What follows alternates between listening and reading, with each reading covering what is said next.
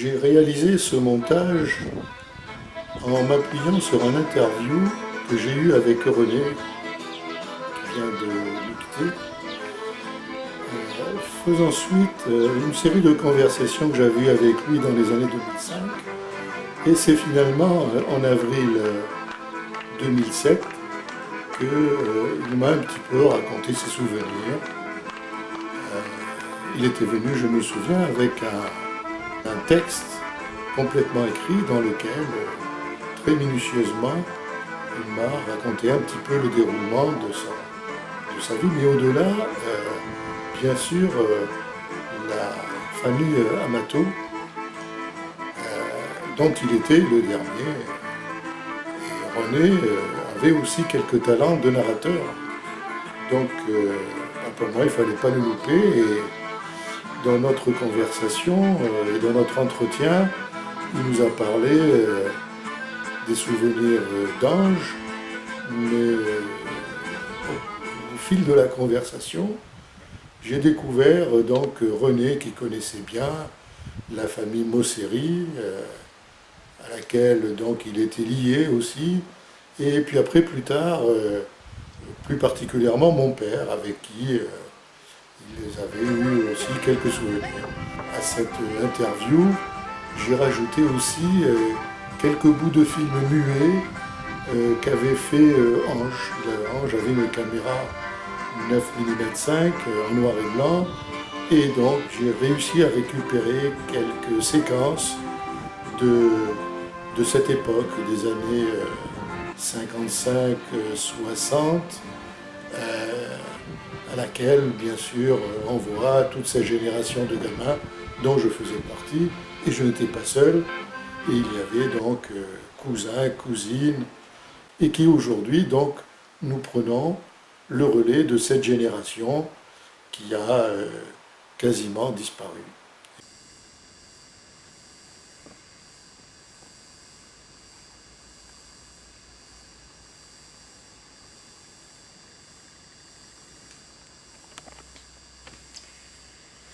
Quelques passages de la vie pendant ma jeunesse. Je suis né en Tunisie, à Metlavi, mine de phosphate que nous avons quitté avec toute la famille dans les années 1927-28 environ. J'avais donc 7 ans, pour nous installer ensuite à Sfax. Nous habitions le quartier de Picqueville, à majorité ouvrière. À l'époque, les trottoirs sont plus larges que la rue et les enfants en font un terrain de loisirs. En effet, nous jouions aux billes, à la toupie, au saute-mouton, etc. Les jeux de foot équinés sont pratiqués dans les nombreux terrains vagues qui entourent les quartiers de la ville. Les camarades étaient de diverses nationalités, italiens, grecs, maltais, juifs, français. Nous parlions le français, appris à l'école communale, et une franche camaraderie nous unissait tous.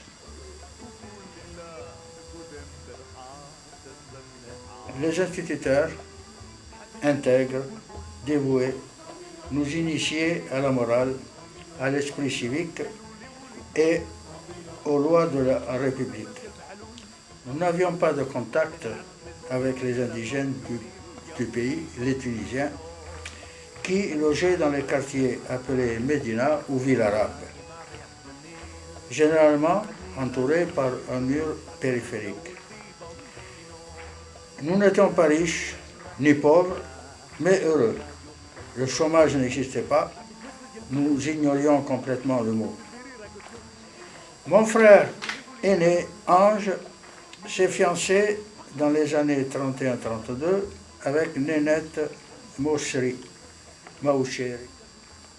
À Metlavi, il y avait mon père, Ange et Louis qui travaillaient.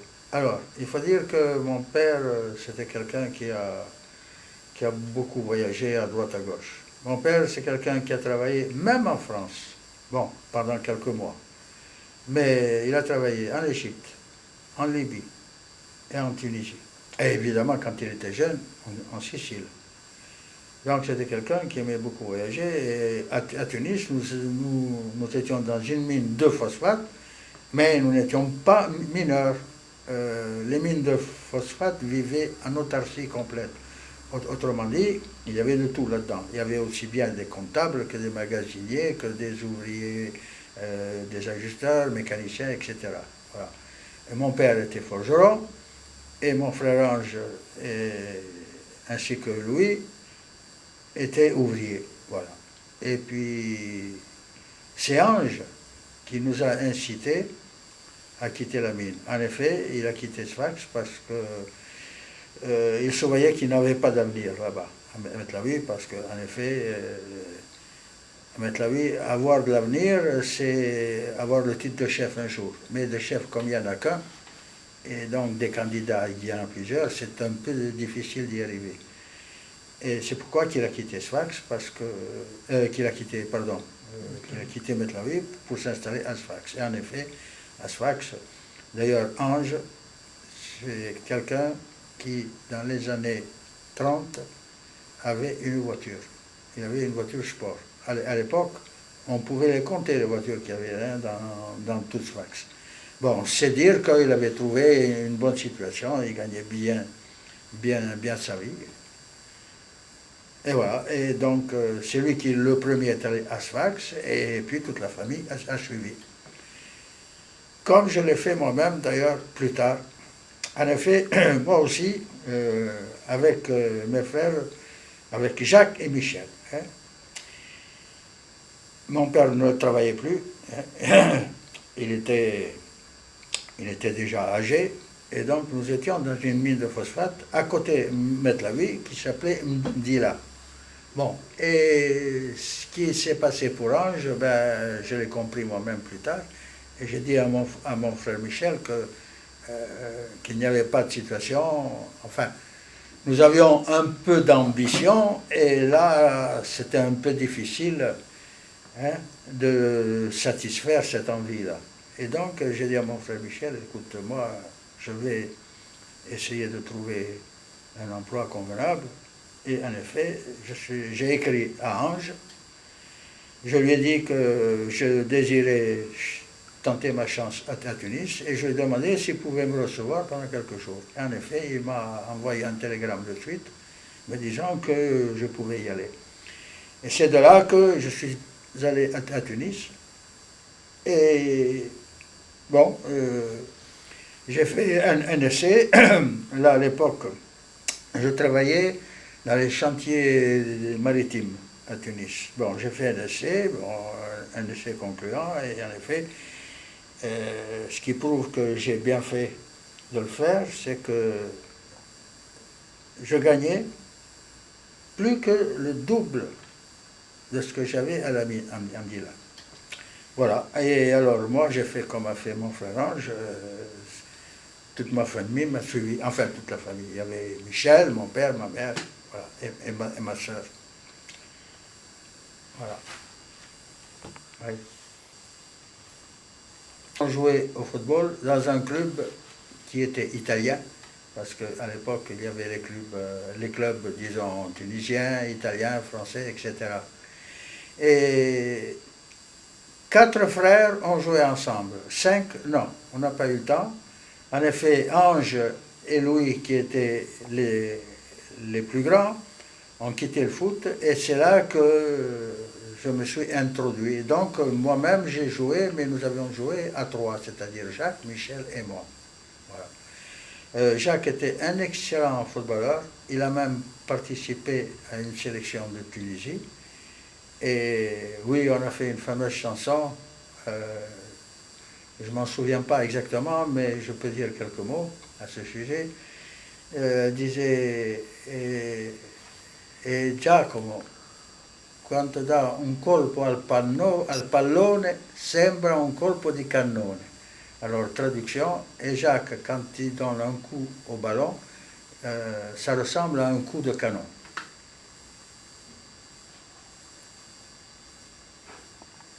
Après, il y a eu la guerre et tout, et donc il n'a pas pu jouer. Mais c'était vraiment, c'était le plus doué de nous tous. Hein. Jacques était quelqu'un. D'ailleurs, à propos de son shoot, là, qui était impressionnant, une fois il a tiré un penalty, et il a mal tiré, il a tiré juste sur le goal. Et bien le goal qu'il a eu sur la poitrine, il est tombé à la renverse avec le ballon, donc le but a été marqué. Était génial. Dommage qu'il n'avait pas beaucoup d'instructions, mais c'était quelqu'un qui aurait fait certainement un fameux ingénieur, inventeur.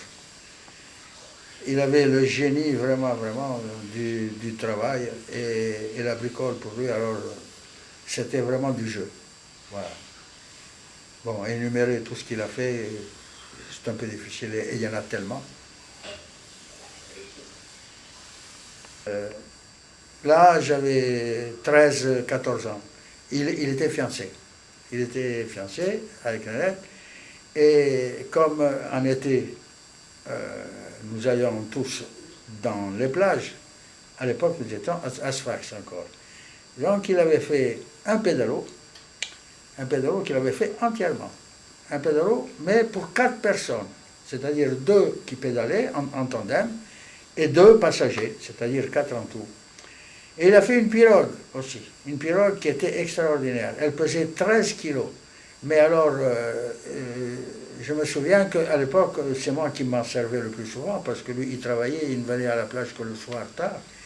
Et avec mes camarades, quand nous faisions des courses, avec ceux qui avaient des pélissoirs, je les battais alors facilement, parce que c'était une pirogue, une vraie pirogue, tout en toile. Hein.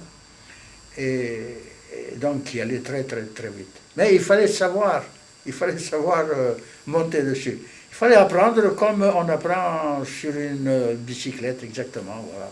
Oui, alors là, quand j'étais tout petit, hein, c'est-à-dire 4-5 ans, je m'en souviens très bien, malgré mon très jeune âge. Ange m'avait fait une bicyclette tout en fer, hein, évidemment, une bicyclette, comment dire, sur laquelle il fallait savoir monter. Hein. Et puis, il m'a fait une guitare. Et c'est avec cette guitare que j'ai appris ensuite à gratter un peu et à pouvoir jouer et accompagner quelques chanteurs qui avaient la vocation parmi nous. Voilà. Mon frère aîné, Ange, s'est fiancé dans les années 31-32 avec Nénette Maucheri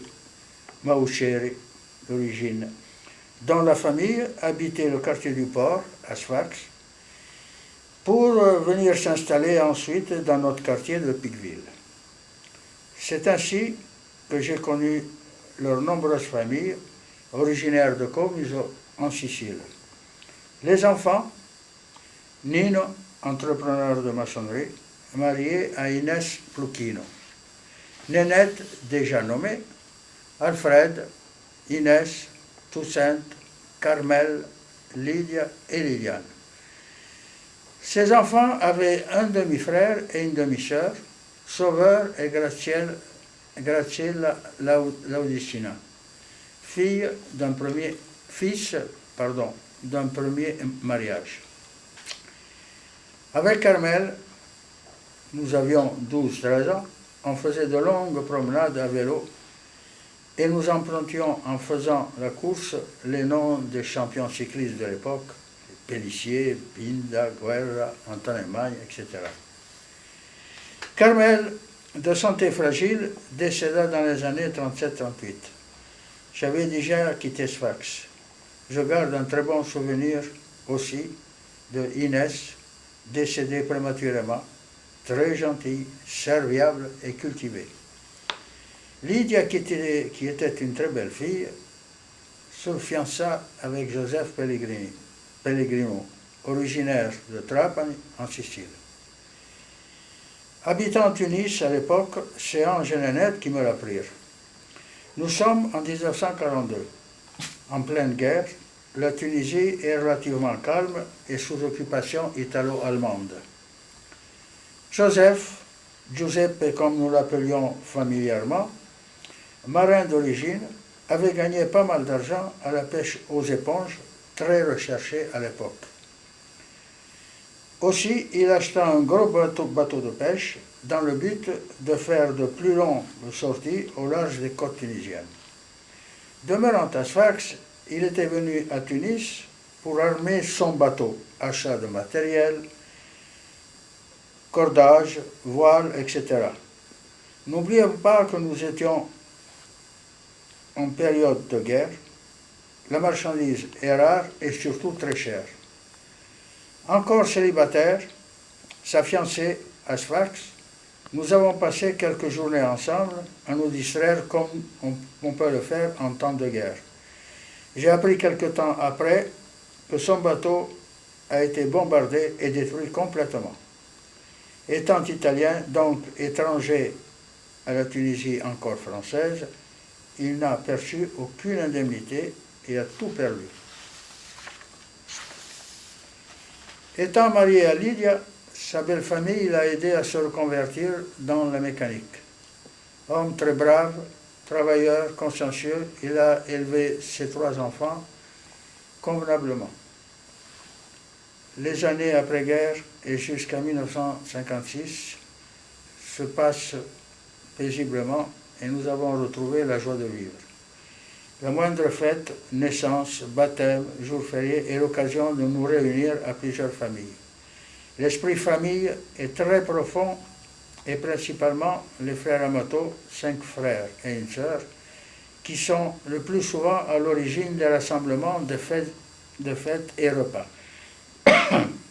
Hélas, l'indépendance de la Tunisie va provoquer la dispersion de nous tous en France.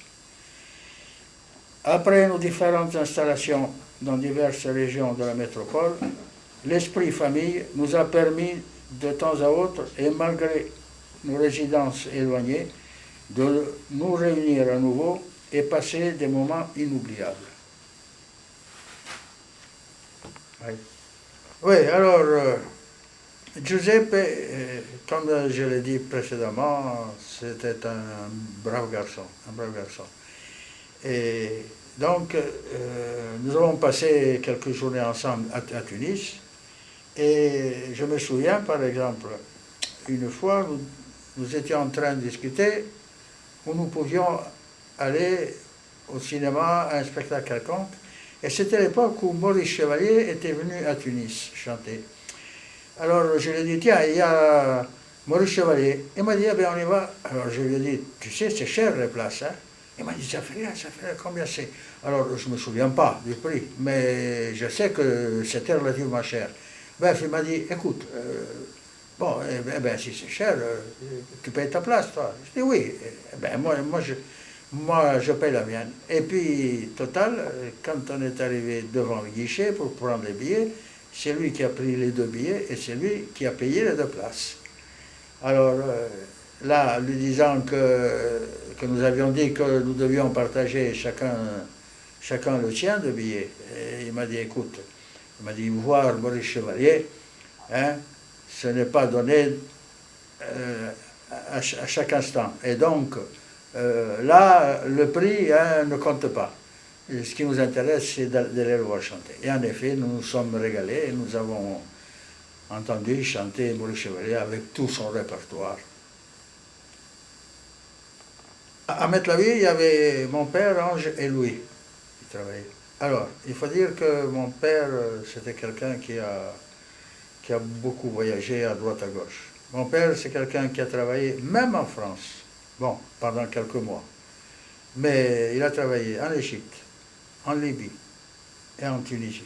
Et évidemment, quand il était jeune, en Sicile.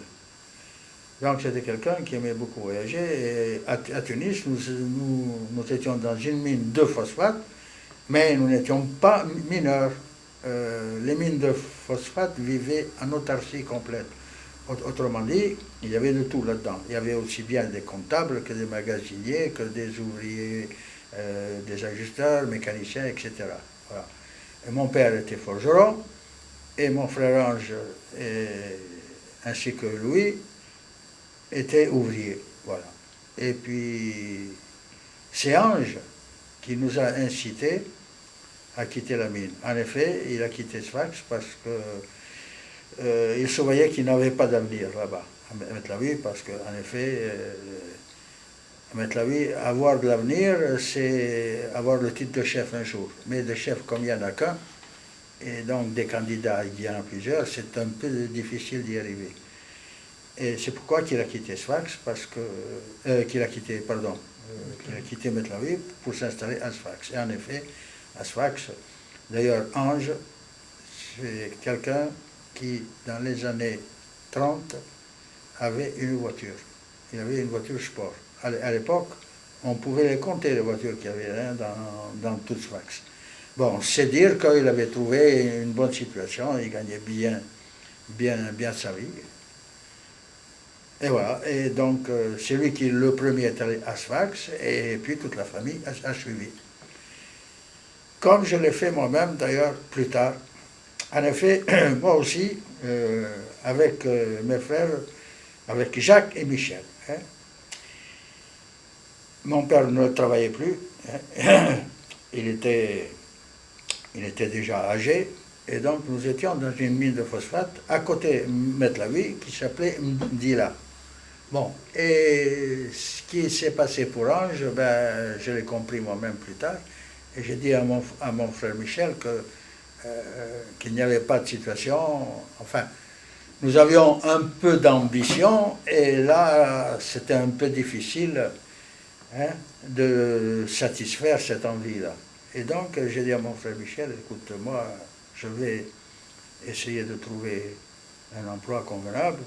Et en effet, j'ai écrit à Ange. Je lui ai dit que je désirais tenter ma chance à Tunis et je lui ai demandé s'il pouvait me recevoir pendant quelques jours. Et en effet, il m'a envoyé un télégramme de suite me disant que je pouvais y aller. Et c'est de là que je suis allé à Tunis. Et bon, j'ai fait un essai.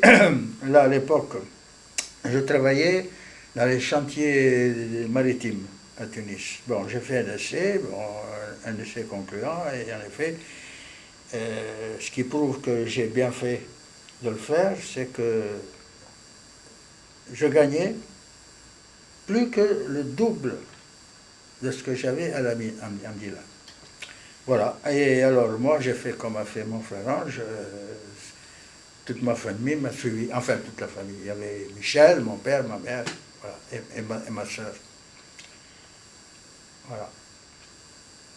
Entretien de tous ces cadres, voilà, ouais. C'est comme ça qu'il a commencé. Bon, et comme je l'ai dit tout à l'heure, toute la famille a suivi après. Et la période de Sfax à Tunis, c'est dans quelle année? C'est après la guerre.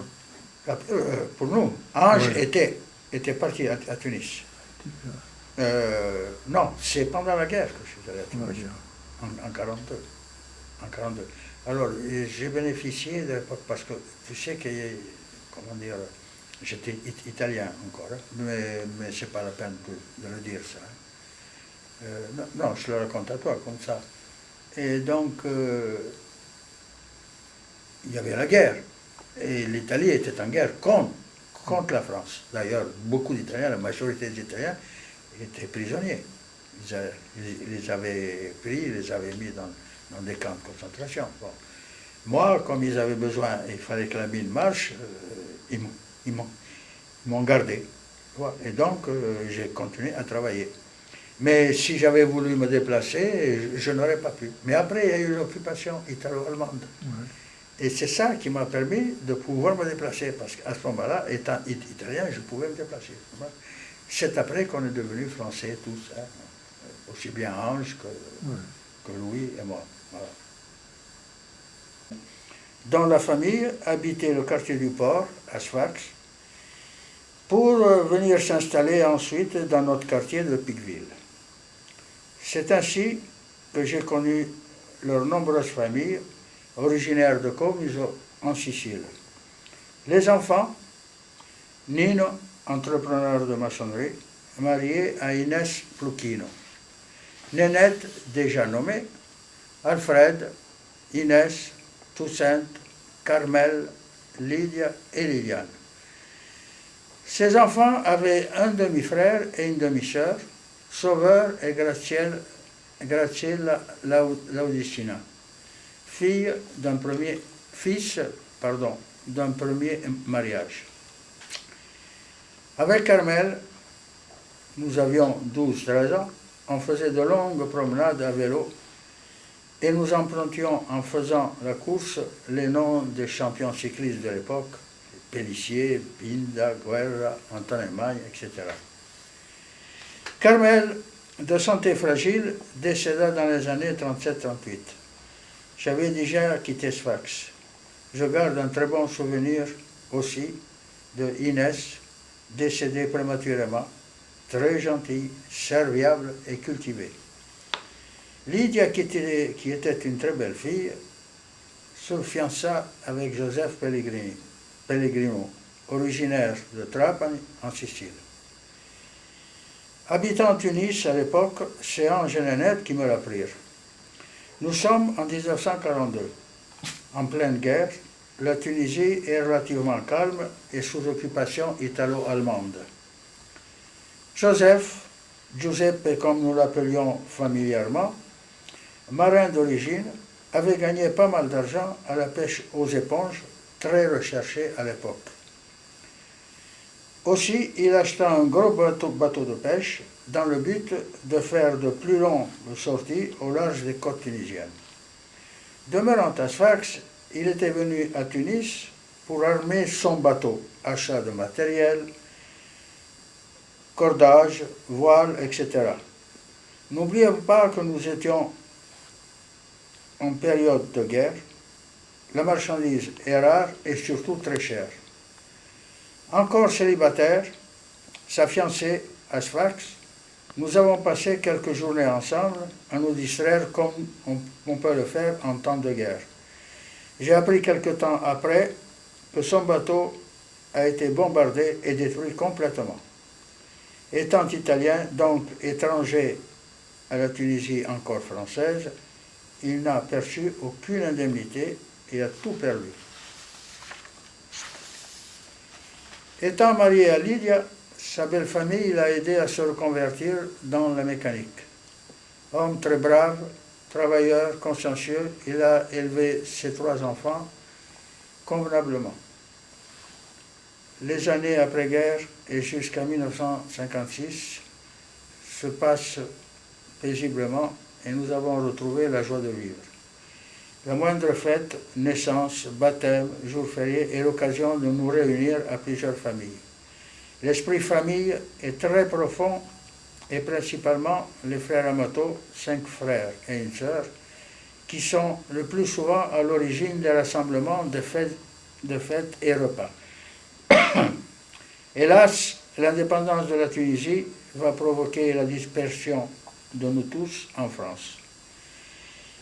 Après nos différentes installations dans diverses régions de la métropole, l'esprit famille nous a permis de temps à autre, et malgré nos résidences éloignées, de nous réunir à nouveau et passer des moments inoubliables.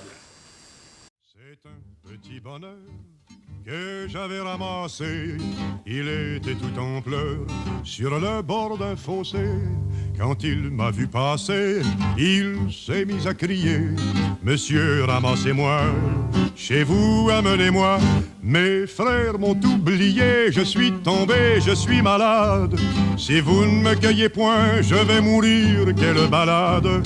Je me ferai petit, tendre et soumis, je vous le jure. Messieurs, je vous en prie, délivrez-moi de ma torture. J'ai pris le petit bonheur, l'ai mis sous mes haillons. J'ai dit, faut pas qu'il meure, viens tendre dans ma maison. Alors le petit bonheur a fait sa guérison sur le leur petit nez et leur chapeau. On a chanté les madrilènes qui vont aux arènes pour le torero. On prétend que les norvégiennes, filles du Nord, ont le sang chaud. Et bien que les américaines soient les souveraines du monde nouveau, on oublie tout. Que le soleil de Mexico, on devient fou au son des rythmes tropicaux. Le seul désir qui vous entraîne dès qu'on a quitté le bateau, c'est de goûter une semaine l'aventure mexicaine au soleil de Mexico. Mexico, Mexico.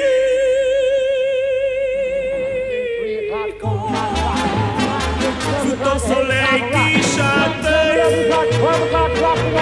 temps paraît pour goûter le bonheur de chacun.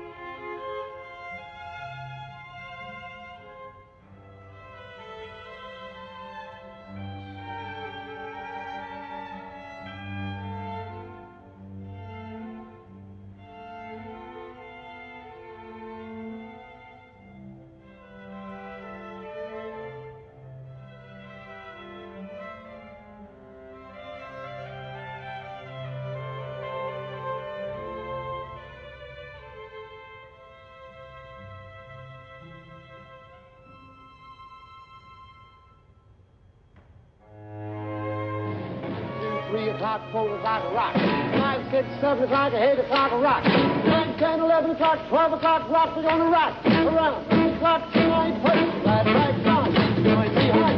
We'll have some fun when the clock strikes 1. We're gonna rock around 3 o'clock tonight. We're gonna rock, rock, rock. Till broad daylight. We're gonna rock around the clock tonight.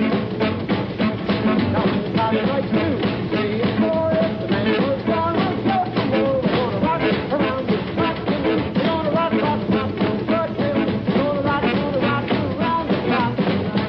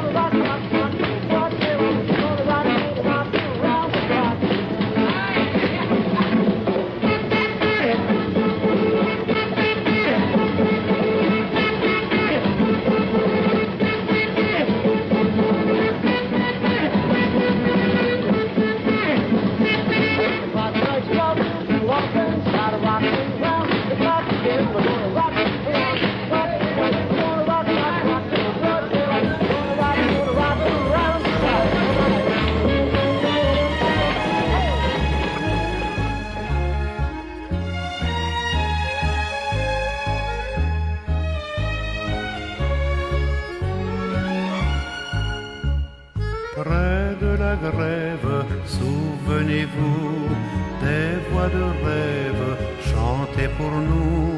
Minutes brèves du cher passé, pas encore effacé. Le plus beau de tous les tangos du monde, c'est celui que j'ai dansé dans vos bras. J'ai connu d'autres tangos à la ronde, mais mon cœur n'oubliera pas celui-là. Son souvenir me poursuit jour et nuit, et partout je ne pense qu'à lui, car il m'a fait connaître l'amour pour toujours. Le plus beau de tous les tangos du monde, c'est celui que j'ai dansé dans vos bras.